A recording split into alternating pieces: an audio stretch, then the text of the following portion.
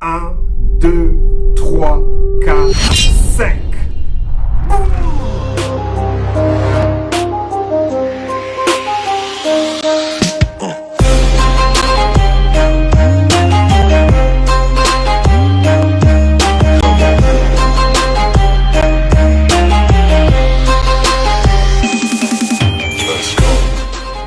Chers amis, followers, frères, sœurs, familles, camarades, bienvenue sur Afro Fâché, la page de la jeunesse africaine en marche, la page de l'Afrique debout, la page de la jeunesse africaine bien dans ses baskets. Je m'appelle Tom Sefar, je viens de Yaoundé et je viens d'Afrique. Dans cette nouvelle édition, j'ai décidé de vous présenter un grand homme, un homme d'État, qui répond à une question que nombreuses d'entre vous nous ont posée lors de notre dernière vidéo. Dans notre dernière vidéo, nous avons parlé des 5 choses qui me fâcheraient et qui me fâchent quand il s'agit de l'Afrique. Et en numéro 1, nous avions retenu une chose qui est la pauvreté. Alors la question à se poser aujourd'hui est, l'Afrique est-elle réellement pauvre? La réponse évidemment est non. L'Afrique est le continent évidemment le plus riche, l'un des plus riches du monde, dans ses ressources naturelles, ses ressources humaines, ses ressources minières. Mais nombreux m'ont dit, en question que j'ai pu lire, écoute, Tom Sefar, ce serait bien de dire pourquoi l'Afrique est pauvre. Le cadeau que je vais vous offrir est un cadeau archive de notre histoire commune par la RTB, Radio-Télévision du Burkina, qui a mis à disposition la mémoire du grand Thomas Sankara. L'homme n'est plus à présenter. Thomas Sankara est un homme d'État. Thomas Sankara est le plus grand coach qui existe en ce qui concerne le tiers-monde. Aussi vrai qu'on peut citer Che Guevara, on citera Thomas Sankara comme le plus grand politicien africain du XXe siècle. Né le 21 décembre à Yako, mort assassiné par son propre copain, trahi par son équipe Blaise Compaoré. D'après les informations officielles, Thomas Sankara va mourir en 1987 après avoir 3 mois plus tôt prononcé un discours mythique devant l'OUA. Mais ce n'est pas ce discours qui nous intéresse aujourd'hui. J'ai retrouvé grâce à la RTB, la radio-télévision burkinabé, un document qui fend le cœur, un document qui met en colère. Mais comme vous le savez, Afro Fâché, nous sommes fâchés par le concept, par cette coiffure identitaire, mais nous ne sommes pas fâchés dans nos actes, car nous sommes bien l'Afrique consciente. Nous analysons les faits et les actes de notre histoire pour pouvoir en tirer bénéfice, pour pouvoir en tirer des leçons. Observer qui est faux, qui est vrai et battre le frère tant qu'il est faux. La politique africaine aujourd'hui est très fausse. Elle nous déroute. Les médias africains aujourd'hui sont absolument faux et nous déroutent, nous amènent dans des thèmes absolument inutiles, nous occupent avec des futilités. J'ai décidé de vous offrir ces archives historiques inédits. Il s'agit d'un discours mythique de 49 minutes, presque 49 minutes de Thomas Sankara.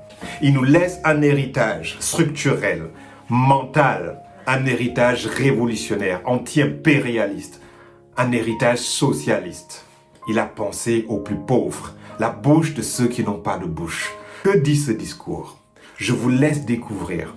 Ce discours, à mon avis, répond à la question de savoir pourquoi l'Afrique est-elle toujours aussi pauvre et pourquoi certaines minorités de ce monde sont toujours aussi pauvres.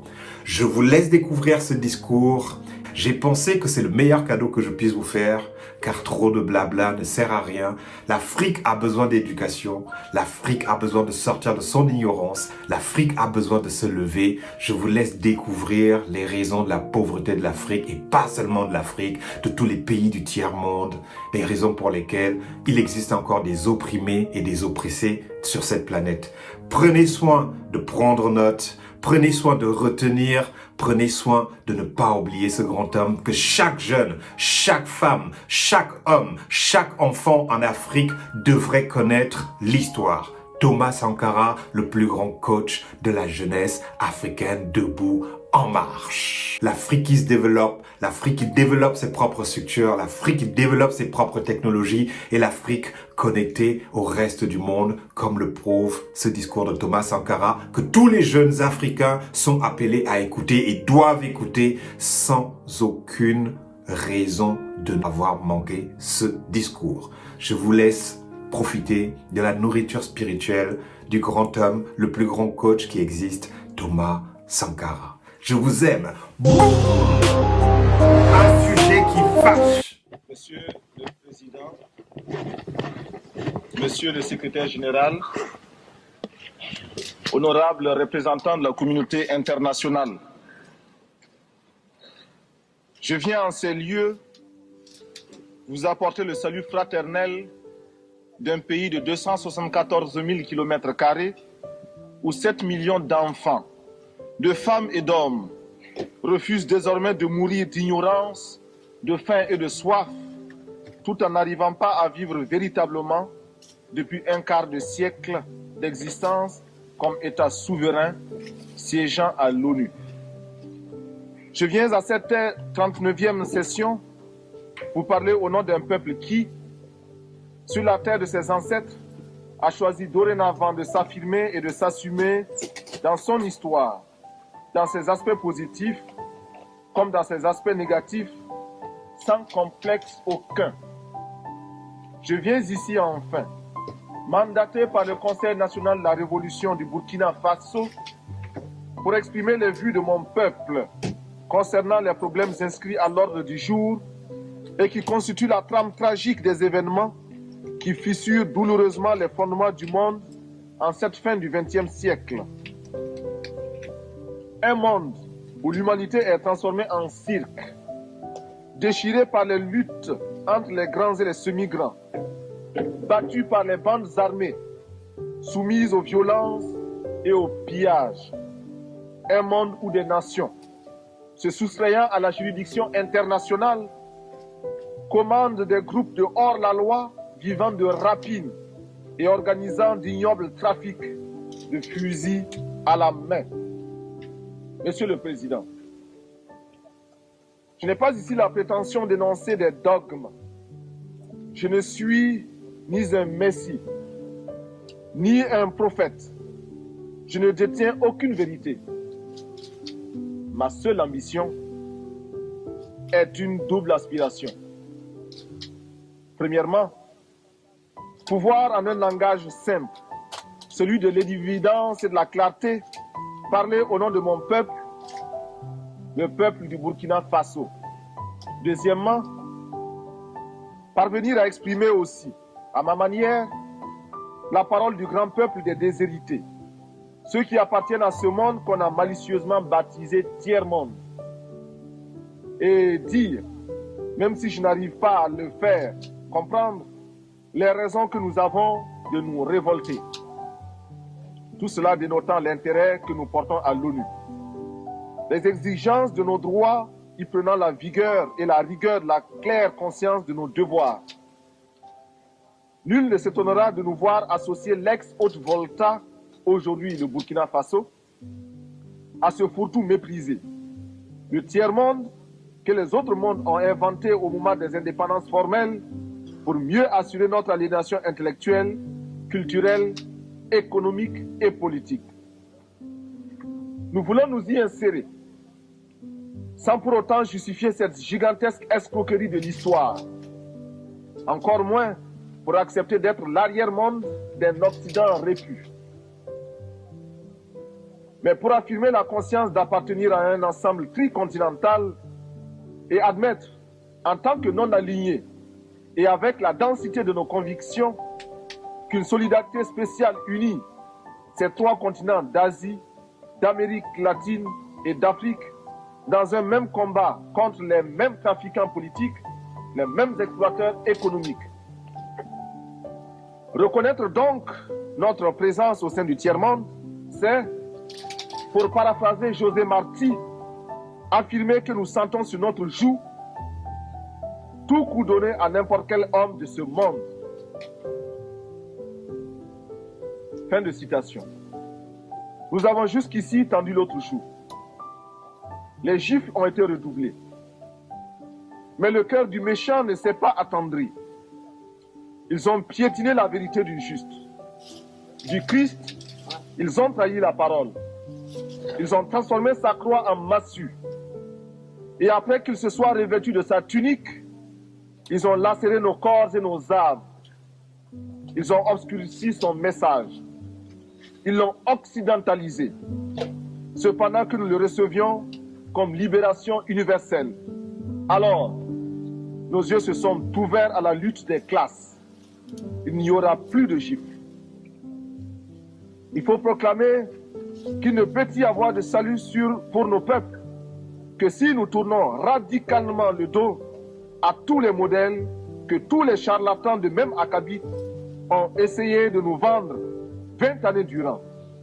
Il ne saurait y avoir pour nous de salut en dehors de ce refus-là. Pas de développement en dehors de cette structure.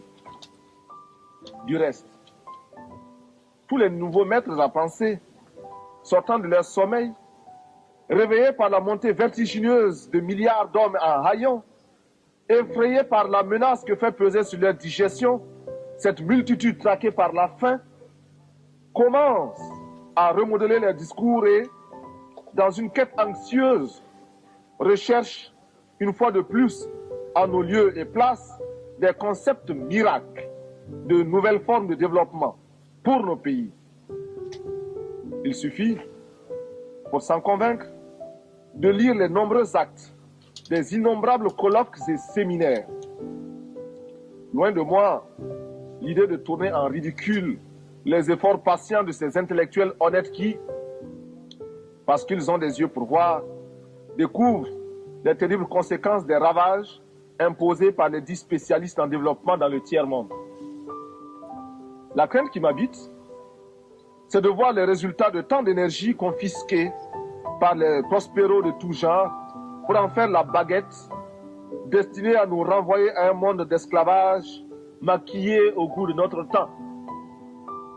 Cette crainte se justifie, d'autant plus que la petite bourgeoisie africaine diplômée, sinon celle du tiers-monde, soit par paresse intellectuelle, soit plus simplement parce que, ayant goûté au mode de vie occidental, n'est pas prête à renoncer à ses privilèges.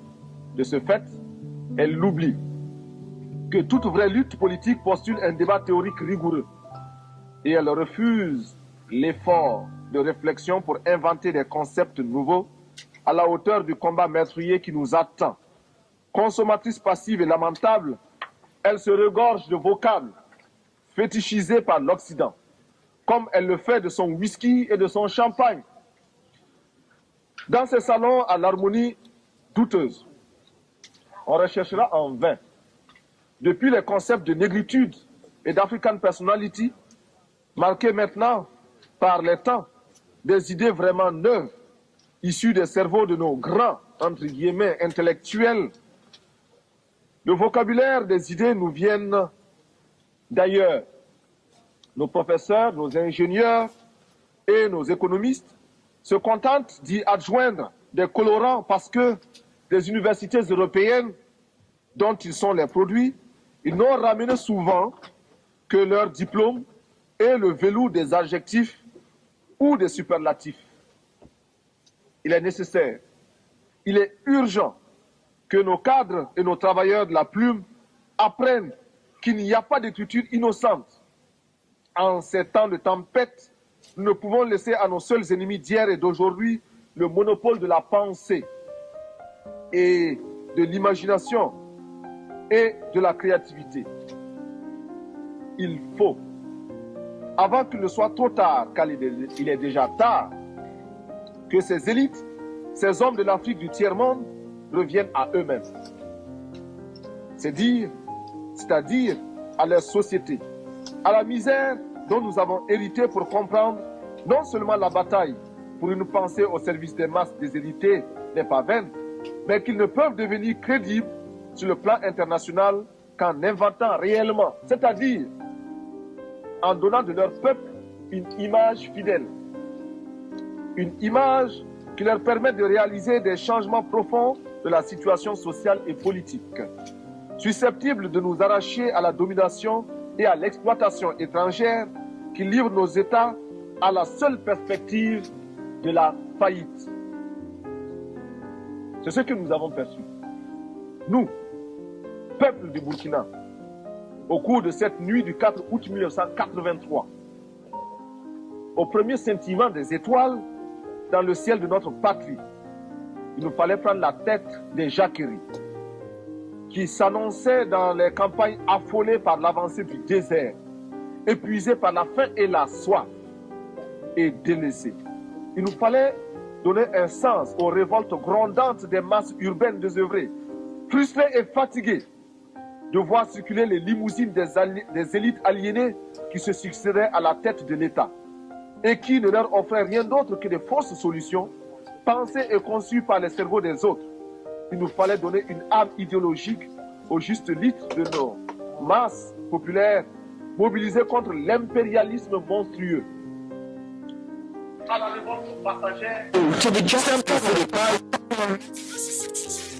toujours la révolution, lutte éternelle contre la domination, which was so à quel point c'était la vie de possible entre les peuples nantis et ceux qui n'aspirent qu'à manger à leur pain. How broad the gap is now. Pour survivre et conserver leur dignité. To survive, mais nul n'ignorera dignity. Nul n'imaginera à quel point le grain de peau a nourri chez nous la vache plus riche. Dans le cas de l'ex-Haute-Volta, le processus était encore plus exemplaire. Nous étions la condensation magique, le raccourci de toutes les calamités qui ont fondu sur les pays dits en voie de développement. Le témoignage de l'aide, présenté comme panacée et souvent trompetté, sans rime ni raison, est ici éloquent. Très peu sont les pays qui ont été comme le mien, inondés d'aides de toutes sortes. Cette aide est, en principe, censée œuvrer au développement. On cherchera en vain, dans ce qui fut autrefois la Haute-Volta, les signes de ce qui peut relever d'un développement. Les hommes en place, soit par naïveté, soit par égoïsme de classe, n'ont pas pu ou n'ont pas voulu maîtriser ce afflux extérieur, en saisir la portée et exprimer des exigences dans l'intérêt de notre peuple. Analysant un tableau publié en 1983 par le Club du Sahel, Jacques Chirac, dans son ouvrage Le Sahel de demain, conclut avec beaucoup de bon sens que l'aide au Sahel, à cause de son contenu et des mécanismes en place, n'est qu'une aide à la survie. Seul, souligne-t-il, 30% de cette aide permet simplement au Sahel de vivre. Selon Jacques Chirac, cette aide extérieure n'aura pas d'autre but que de continuer à développer les secteurs improductifs, imposant des charges intolérables à nos petits budgets, désorganisant nos campagnes, creusant les déficits de notre balance commerciale, accélérant notre endettement. Juste quelques clichés pour présenter l'ex-Haute-Volta. 7 millions d'habitants avec plus de 6 millions de paysannes et de paysans. Un taux de mortalité infantile estimé à 180 pour 1000. Une espérance de vie se limitant à 40 ans. Un taux d'analphabétisme allant jusqu'à 98%. Si nous concevons l'alphabétisé comme celui qui sait lire, écrire et parler une langue. Un médecin pour 50 000 habitants. Un taux de scolarisation de 16%. Et enfin, un produit intérieur brut par tête d'habitant de 53 356 francs CFA, soit à peine plus de $100. Le diagnostic, à l'évidence, était sombre. La source du mal était politique. Le traitement ne pouvait qu'être politique. Certes, nous encourageons l'aide qui nous aide à nous passer de l'aide. Mais en général, la politique d'assistance et d'aide n'a abouti qu'à nous désorganiser, à nous asservir et à nous déresponsabiliser dans notre espace économique, politique, économique et culturel. Nous avons choisi de risquer de nouvelles voies pour être plus heureux.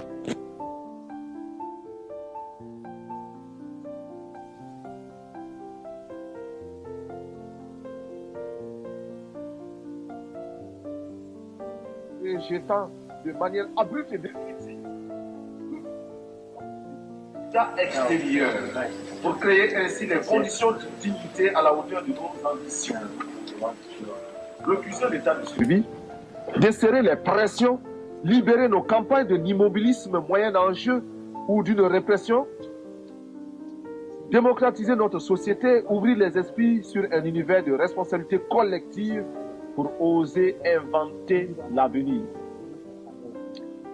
Briser et reconstruire l'administration à travers une autre image du fonctionnaire, plonger notre armée dans le peuple par le travail productif et lui rappeler incessamment que sans formation patriotique, un militaire n'est qu'un criminel en puissance. Tel est notre programme politique.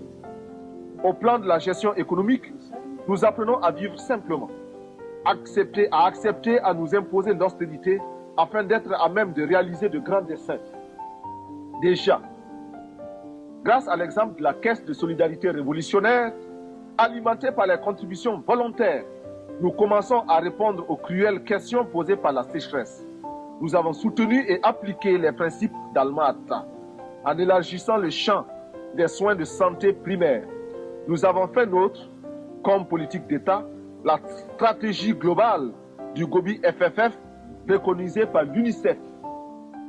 Par l'intermédiaire de l'UNSO, nous pensons que les Nations Unies devraient permettre aux pays touchés par la sécheresse la mise sur pied d'un plan à moyen et long terme afin de parvenir à l'autosuffisance alimentaire. Pour préparer le XXIe siècle, nous avons, par la création d'une tâche spéciale de la loterie, la tombola dite « Instruisons nos enfants », lancé une campagne immense pour l'éducation et la formation de nos enfants dans une école nouvelle. Nous avons lancé à travers l'action salvatrice des comités de défense de la Révolution un vaste programme de construction de logements sociaux. 500 en 3 mois, de routes, de petites retenues d'eau, etc.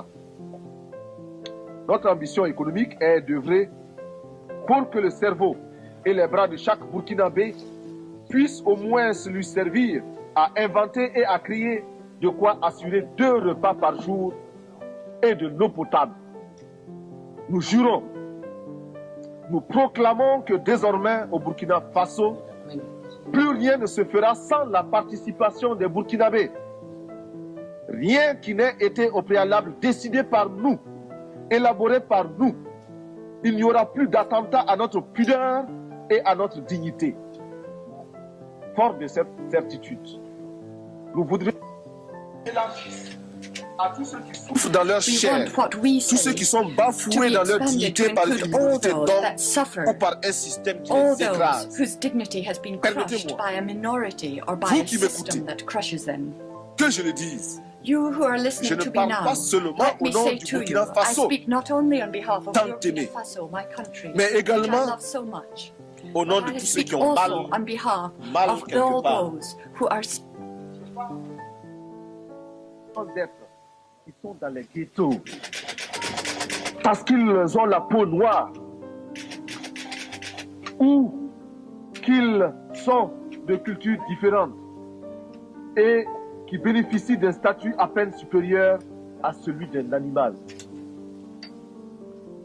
Je souffre au nom des Indiens massacrés, écrasés, humiliés et confinés depuis des siècles dans des réserves, afin qu'ils n'espèrent à aucun droit et que leur culture ne puisse s'enrichir en convolant en noces heureuses au contact d'autres cultures, y compris celle de l'envahisseur.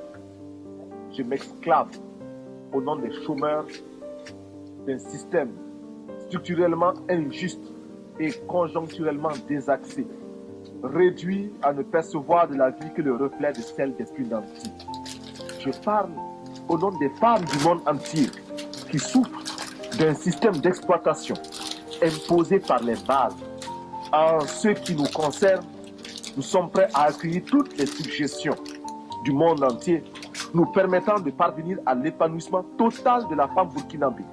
En retour, nous donnons en partage à tous les pays l'expérience positive que nous entreprenons avec des femmes désormais présentes à tous les échelons de l'appareil d'État et de la vie sociale au Burkina Faso. Des femmes qui luttent et proclament avec nous que l'esclave qui n'est pas capable d'assumer sa révolte ne mérite pas que l'on s'apitoie sur son sort. Cet esclave répondra seul de son malheur s'il se fait des illusions sur la condescendance suspecte d'un maître qui prétend l'affranchir. Seule la lutte libère. Et nous en appelons à toutes nos sœurs de toutes les races pour qu'elles montent à l'assaut pour la conquête de leurs droits. Je parle au nom des mères de nos pays démunis qui voient mourir leurs enfants de paludisme ou de diarrhée, ignorant qu'il existe pour les sauver des moyens simples que la science des multinationales ne leur offre pas, préférant investir dans les laboratoires de cosmétiques et dans la chirurgie esthétique pour les caprices de quelques femmes ou d'hommes dont la coquetterie est menacée par les excès de calories de leurs repas trop riches et d'une régularité à vous donner, non, plutôt à nous donner, à nous autres du Sahel, le vertige. Ces moyens simples, recommandés par l'OMS et l'UNICEF, nous avons décidé de les adopter et de les populariser. Je parle au nom des artistes, poètes, peintres, sculpteurs, musiciens, acteurs, etc. Hommes de bien qui voient leur art se prostituer par l'alchimie des prestidigitations du show business. J'écris au nom des journalistes qui sont réduits soit au silence, soit au mensonge pour ne pas subir les dures lois du chômage. Je proteste au nom des sportifs du monde entier dont les muscles sont exploités par les systèmes politiques ou les négociants de l'esclavage moderne des stades. Mon pays est un concentré de tous les malheurs des peuples, une synthèse douloureuse de toutes les souffrances de l'humanité, mais aussi et surtout des espérances de notre lutte. Mais c'est pourquoi je vibre naturellement au nom des malades qui scrutent avec anxiété les horizons d'une science accaparée par les marchands de canons. Mes pensées vont à tous ceux qui sont touchés par la destruction de la nature et à ces 30 millions qui vont mourir comme chaque année abattus par la redoutable arme de la faim. Militaire, je ne peux pas oublier ce soldat obéissant aux ordres, le doigt sur la détente, et qui sait que la balle qui va partir ne porte que le message de la mort. Enfin, je veux m'indigner en pensant aux Palestiniens qu'une humanité inhumaine a choisi de substituer à un autre peuple. Hier encore martyrisé à loisir, je pense à ce vaillant peuple palestinien, c'est-à-dire à ces familles atomisées, errant de par le monde à la quête d'un asile. Courageux, déterminés, stoïques et infatigables, les Palestiniens rappellent à chaque conscience humaine la nécessité et l'obligation morale de respecter les droits d'un peuple. Avec leurs frères juifs, ils sont anti-sionistes. Aux côtés de mes frères soldats de l'Iran et de l'Irak, qui meurent dans une guerre fratricide et suicidaire, je veux également me sentir proche des camarades du Nicaragua, dont les ports sont minés, les villes bombardées et qui, malgré tout, affrontent avec courage et lucidité leur destin. Je souffre avec tous ceux qui, en Amérique latine, souffrent de la même mise impérialiste. Je veux être aux côtés des peuples afghans et irlandais, aux côtés des peuples de Grenade et du Timor oriental, chacun à la recherche d'un bonheur dicté par sa dignité et les lois de sa culture. Je m'élève ici, au nom de tous ceux qui cherchent vainement dans quel forum de ce monde ils pourront faire entendre leur voix et la faire prendre en considération réellement. Sur cette tribune, beaucoup m'ont précédé. D'autres viendront après moi. Mais seul quelques-uns feront la décision. Pourtant, nous sommes officiellement présentés comme égaux. Eh bien, je me fais le porte-voix de tous ceux qui cherchent vainement dans quel forum de ce monde ils peuvent se faire entendre. Oui, je veux donc parler au nom de tous les laissés pour compte, parce que je suis homme, et rien de ce qui est humain ne m'est étranger. Notre révolution au Burkina Faso est ouverte au malheur de tous les peuples. Elle s'inspire aussi de toutes les expériences des hommes depuis le premier souffle de l'humanité. Nous voulons être les héritiers de toutes les révolutions du monde, de toutes les luttes de libération des peuples du tiers-monde. Nous sommes à l'écoute des grands bouleversements qui ont transformé le monde. Nous tirons des leçons de la révolution américaine, les leçons de sa victoire contre la domination coloniale et les conséquences de cette victoire. Nous faisons nôtre l'affirmation de la doctrine de la non-ingérence des Européens dans les affaires américaines et des Américains dans les affaires européennes. Ce que Monroe clamait en 1823, l'Amérique aux Américains, nous le reprenons en disant l'Afrique aux Africains, le Burkina Faso aux Burkinabés.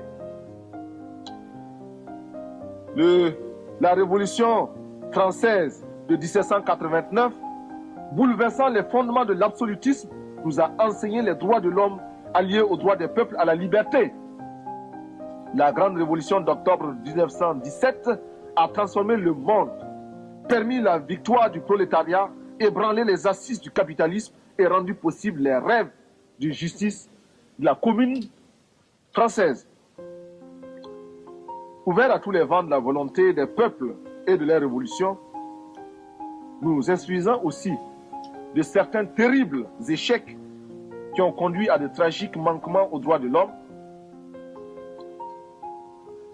Nous ne voulons pour conserver de chaque révolution que le noyau de pureté qui nous interdit de nous inféoder aux réalités des autres, même si, par la pensée, nous nous retrouvons dans une communauté d'intérêts. Monsieur le Président, il n'y a plus de duperie possible.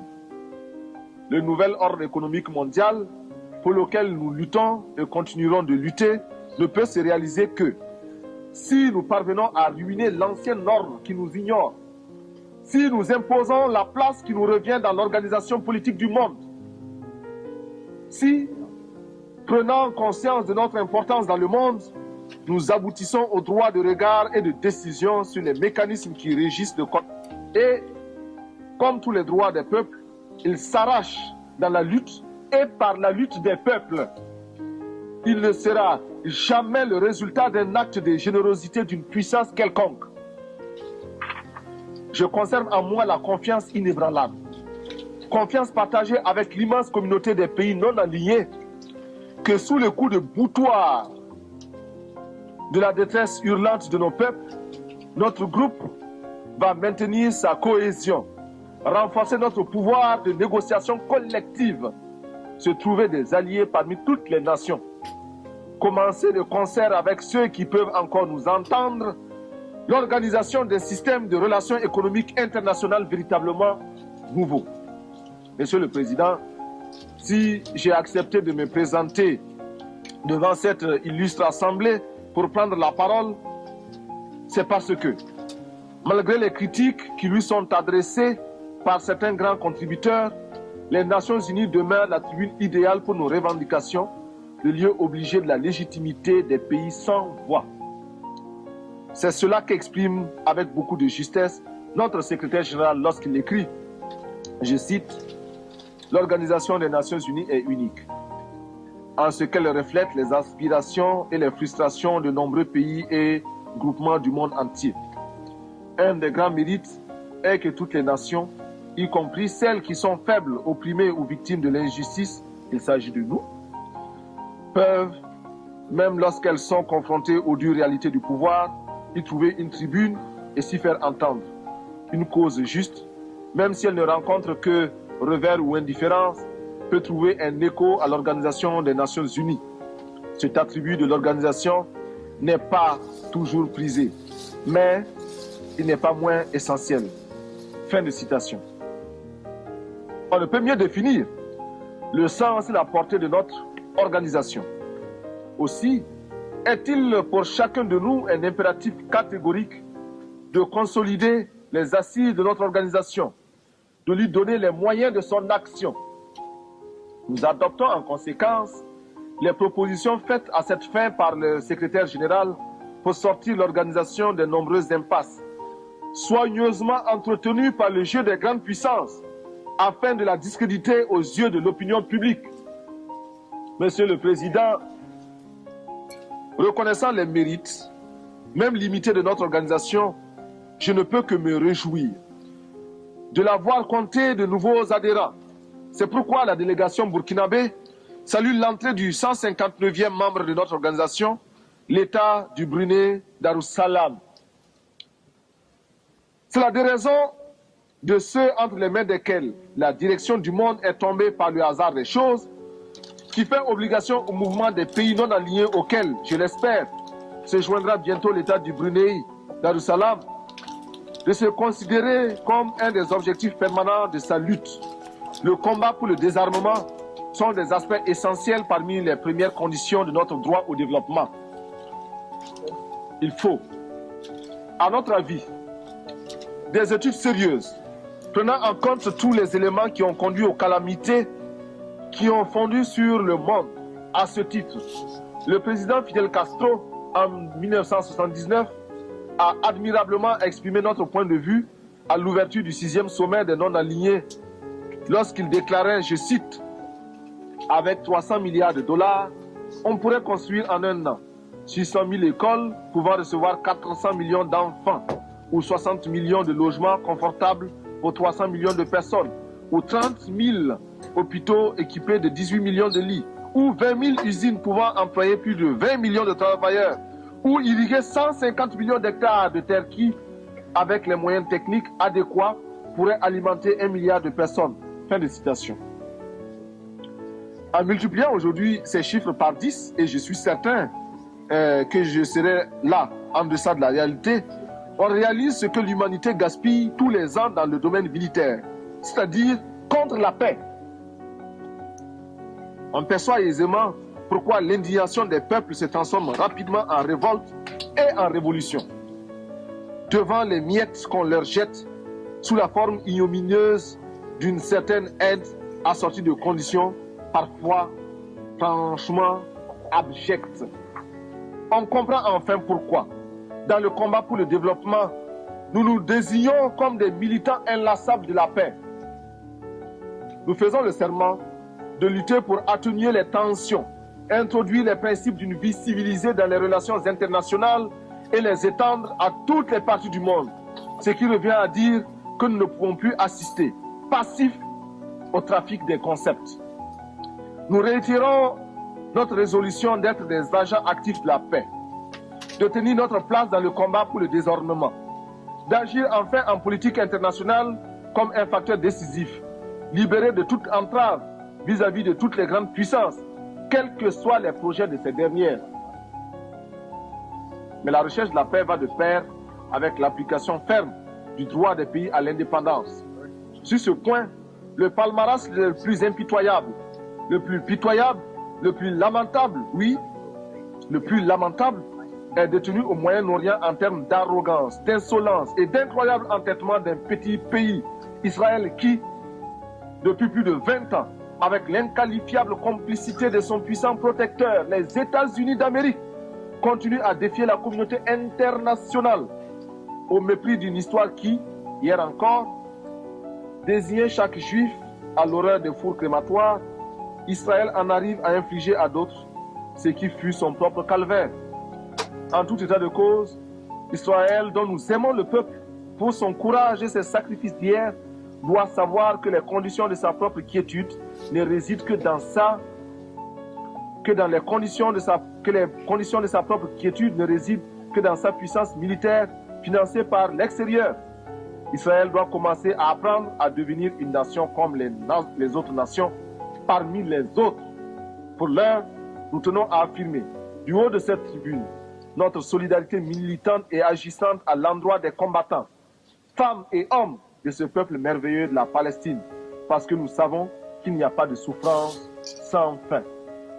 Monsieur le Président, analysant la situation qui prévaut en Afrique sur les plans économiques et politiques, ne pouvons pas ne pas souligner les graves préoccupations qui sont les nôtres face aux dangereux défis lancés aux droits des peuples par certaines nations qui, sûres de leurs alliances, bafouent ouvertement la morale internationale. Certes, nous avons le droit de nous réjouir de la décision de retrait des troupes étrangères au Tchad, afin que les Tchadiens, entre eux, sans intermédiaire, cherchent les moyens de mettre fin à cette guerre fratricide et donner enfin à ce peuple qui n'en finit pas de pleurer depuis de nombreux hivernages les moyens de sécher ses larmes.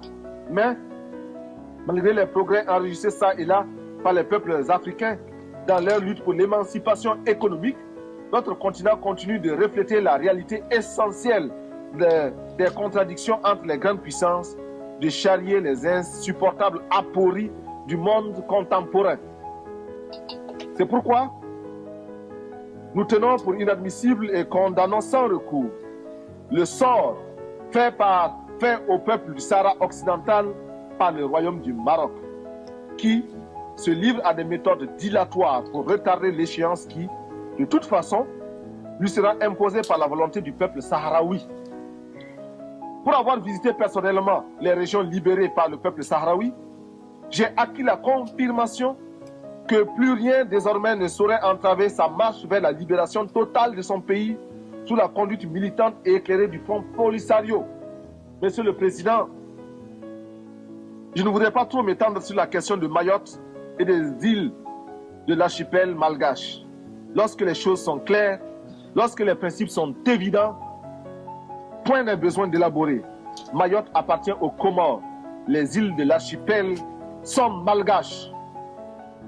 En Amérique latine, nous saluons l'initiative du groupe de Contadora, qui constitue une étape positive dans la recherche d'une solution juste à la situation explosive qui y prévaut.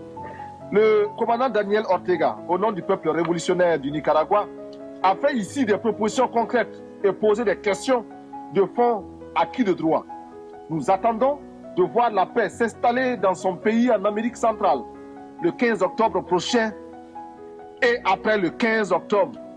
Et nous prenons à témoin l'opinion publique mondiale. De même que nous avons condamné l'agression étrangère de l'île de Grenade, de même nous fustigeons toutes les interventions étrangères. C'est ainsi que nous ne pouvons sans nous taire face à l'intervention militaire étrangère en Afghanistan. Il est cependant un point, mais dont la gravité exige de chacun de nous une explication franche et décisive. Cette question, pour mettre impunément ses voisins aux lois du banditisme. Non. Le plus abject, le plus humiliant pour la conscience humaine, c'est qu'elle soit parvenue à banaliser le malheur des millions d'êtres humains qui n'ont pour se défendre que leur poitrine et l'héroïsme de leurs mains nues. Sur de la complicité des grandes puissances et de l'engagement actif de certaines d'entre elles à ses côtés, ainsi que de la criminelle collaboration de quelques tristes dirigeants africains, la minorité blanche ne se gêne pas pour ridiculiser les États membres, les États d'âme de tous les peuples qui, partout à travers le monde, trouvent intolérable la sauvagerie des méthodes en usage dans ce pays.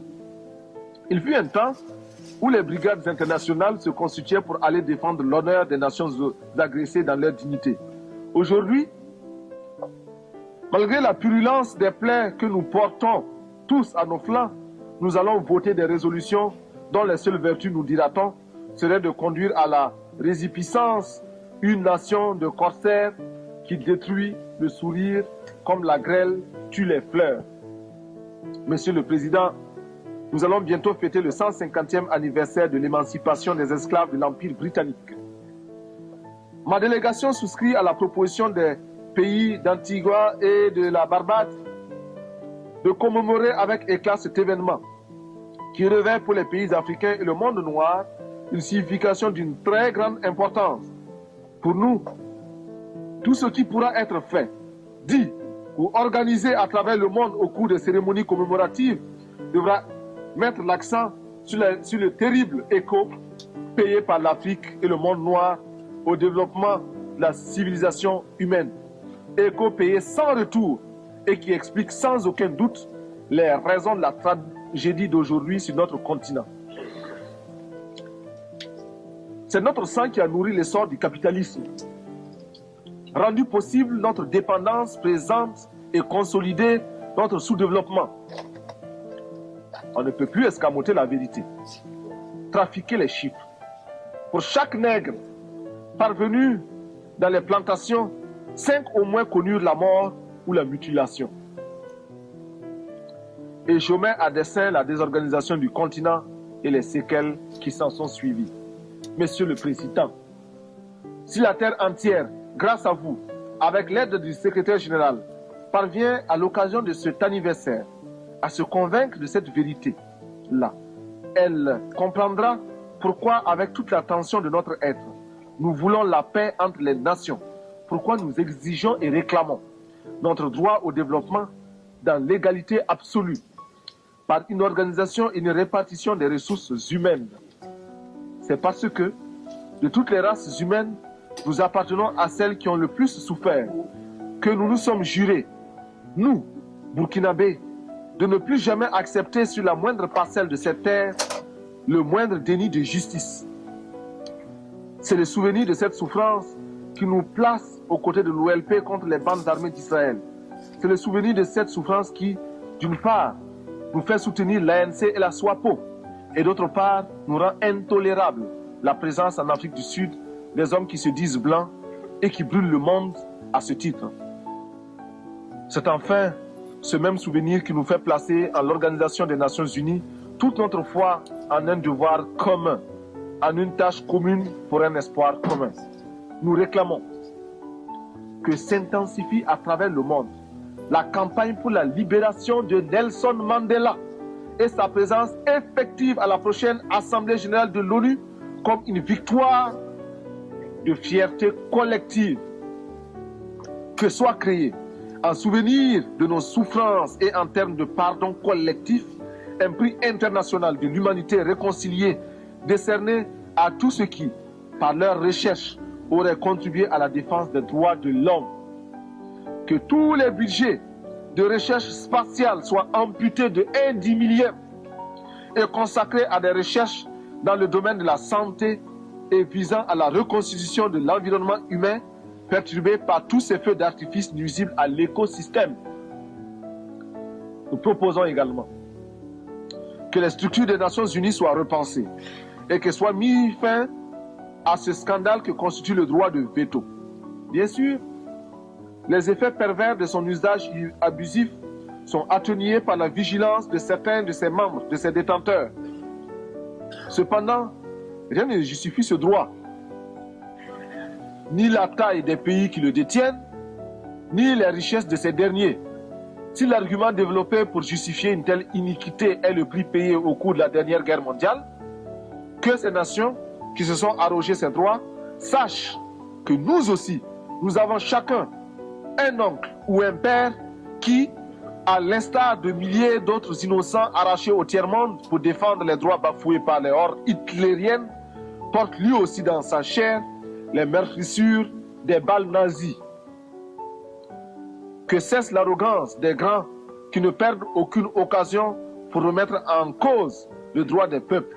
L'absence de l'Afrique du club de ceux qui détiennent le droit de veto est une injustice qui doit cesser. Enfin, ma délégation n'aurait pas accompli tous ses devoirs si elle n'exigeait pas la suspension d'Israël et le dégagement pur et simple de l'Afrique du Sud de notre organisation. Lorsque, à la faveur du temps, ces pays auront opéré la mutation qui les introduira dans la communauté internationale, chacun de nous, et mon pays en tête, devra les accueillir à l'extermination de 30 millions d'êtres humains chaque année par l'arme de la faim qui, de nos jours, fait plus de ravages que l'arme nucléaire. Cette confiance et cette foi en l'organisation me fait obligation de remercier le secrétaire général, M. Xavier Pérez de Cuellar, de la visite tant appréciée qu'il nous a faite pour constater sur le terrain les dures réalités de notre existence et se donner une image fidèle de l'aridité du Sahel et de la tragédie du désert conquérant. Je ne saurais terminer sans rendre hommage aux éminentes qualités de notre président qui saura, avec la clairvoyance que nous lui connaissons, diriger les travaux de cette 39e session. Monsieur le Président, j'ai parcouru des milliers de kilomètres.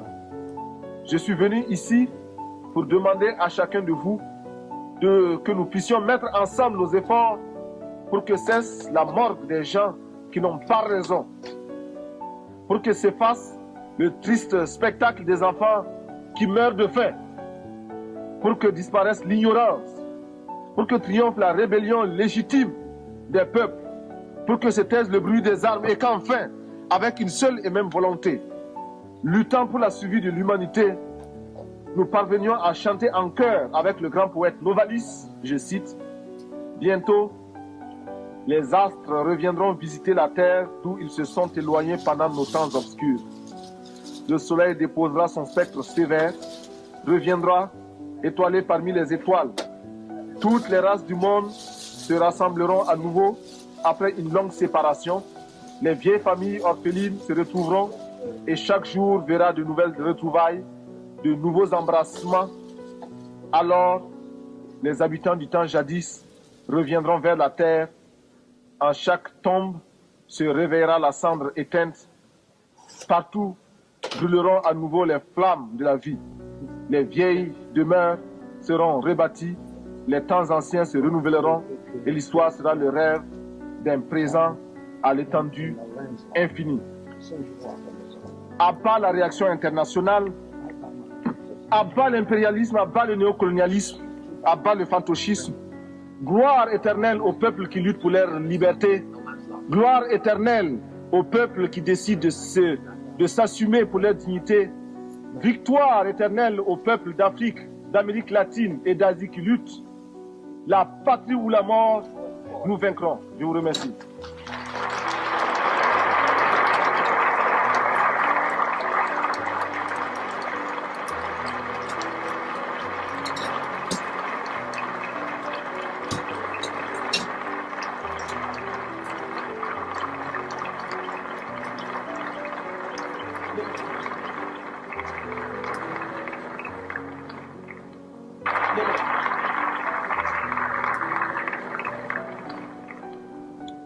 On behalf of the General Assembly, I wish to thank the Head of State and President of the National Council of the Revolution of Burkina Faso for the important statement he has just made. May I request representatives to remain seated while the Secretary General and I escort His Excellency the Head of State.